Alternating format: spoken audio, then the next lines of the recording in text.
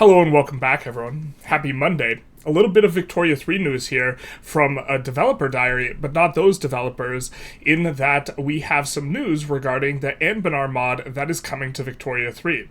For those of you who are unfamiliar with the mod, it is a massive, one of the bigger EU4 mods, which is an overhaul mod for a fantasy world for EU4, which has a variety of different races, magic, if I recall correctly, and a bunch of new mechanics in order to simulate this stuff. We can see a little bit of here, necromancy, divination, these types of things, ruler magic, and a whole variety of things. And this is going to be coming to Victoria 3 this summer, and it is the first dev diary that we have received here today, or rather today on this happy Monday. We noted that this was released 4 days ago, and so we are going to be taking a quick look through this very short dev diary / announcement that Anbennar is coming to Victoria 3 soon, although those of you who have been deep on the streets of some of you have already been aware of this, but this is the first developer diary from the mods.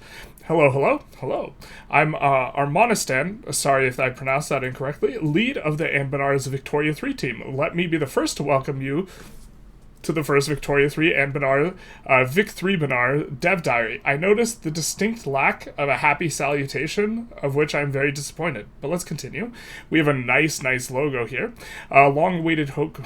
For those of you who don't know, Anbennar started first in 2014 with the premise, what if French Revolution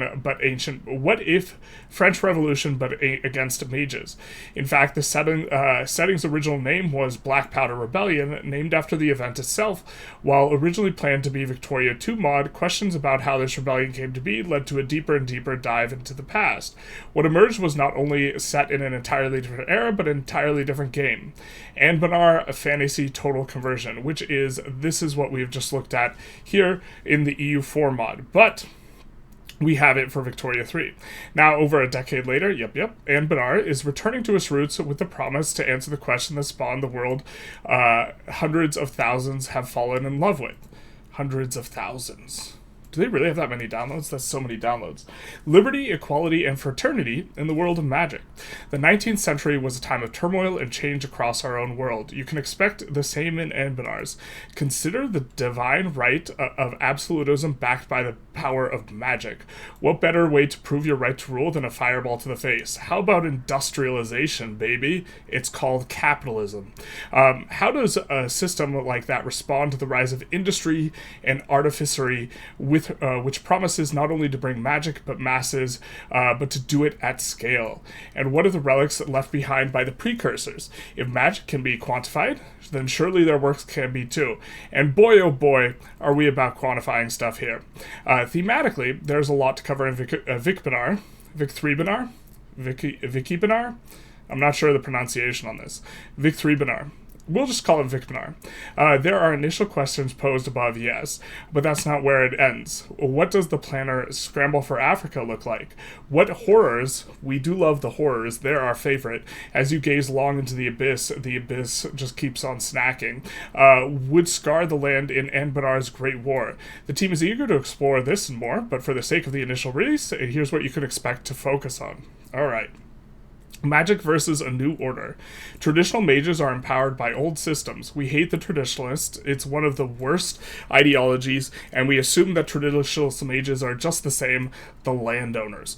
Well, except we're not really assuming that, we're just memeing about it. Okay, are empowered by old systems. How will these systems react with artificery of pulling power away from these mages? Actually, this does sound like the landowners. Okay. From swords and sorcery to steampunk. What does a market increasingly driven by artificery and industry look like? And what does the dying one of magic and artisanship do to compete? Surely they just perish at the hands of capitalism. And then we have an archaeological arms race. I am super excited about... I really want archaeology to be a mechanic in Vic 3 as a flavor mechanic. Like you get your museum and you scramble for artifacts, this type of thing. In terms of a compartmentalized flavor mechanic, I would really like to see. Archaeology is kind of high up there. Once considered the insurmountable apex of civilization and achievement, the precursors and their works have become fodder for innovation. Innovation that promises to bring Halan to new heights or a second date of ashen skies. Now, if you are very familiar with Anbennar, you will probably know what that means, but it has been long since we've forgotten the lore. Okay, the mechanism, while initially relegated to Intelligentsia, the production of mechanism promises to provide cheap and boundless workforces for capital. Now you're speaking our language. Something that will certainly add angry labor, our favorite. Luckily, these automata don't have souls, right? Well, how will we make the joke that the most valuable thing in Victoria 3 is human souls? But we have automatories, which of course are producing power, our favorite, and requires one of the following. This is the tech, and we have automata being produced, and so I assume that will be an energy source for engaging in the magic capitalism, both the artifice and the industry, the good old steampunk wombo combo. And here we have goods consumption, a little bit of some artificery doodads, my favorite. I'm so excited for saying doodads all the time. And we have employment. We don't see any unique sorts of employment types, job opportunity or job types.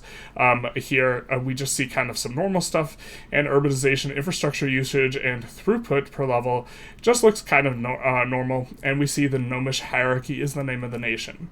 And we get a look at the map towards tomorrow. In the coming weeks and months, you can expect regular weekly cadence of dev diaries all over the amazing work the content team has come up with. Now, depending on the length of these diaries and the interest in these, we will either continue to cover this or just consider this to be a general announcement that Victbanar is coming. Next week, we will take a look around the world, but we do see a nice little map here of their Victoria 3 map, where we can see the kind of standard-looking Victoria 3, aesthetic, with an entirely overhaul fantasy map that does have some interesting things on it. We do see in here some cave-looking structures for, I assume, the dwarves, and I think the orcs and the gnomes, or something like this. Both the dwarves and someone who the dwarves would reasonably fight against are in here. Some of these places look uncolonized.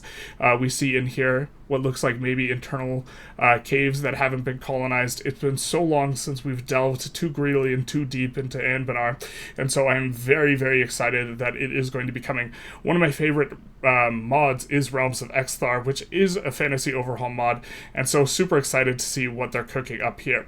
But then they have their, peace out, which of course will include our happy salutation, as we expect. And in case you were wondering, yes, we were wondering, where was the happy salutation? Victbanar will be releasing this summer. All right, well, that's not a happy salutation, but I suppose we'll settle for that. Yeah. But Victbanar is coming. And so for those of you who love this mod from EU4, be sure to keep an eye out for it this summer. If you enjoyed this video, feel free to do the YouTube algorithm stuff. And other than that, have a happy Monday.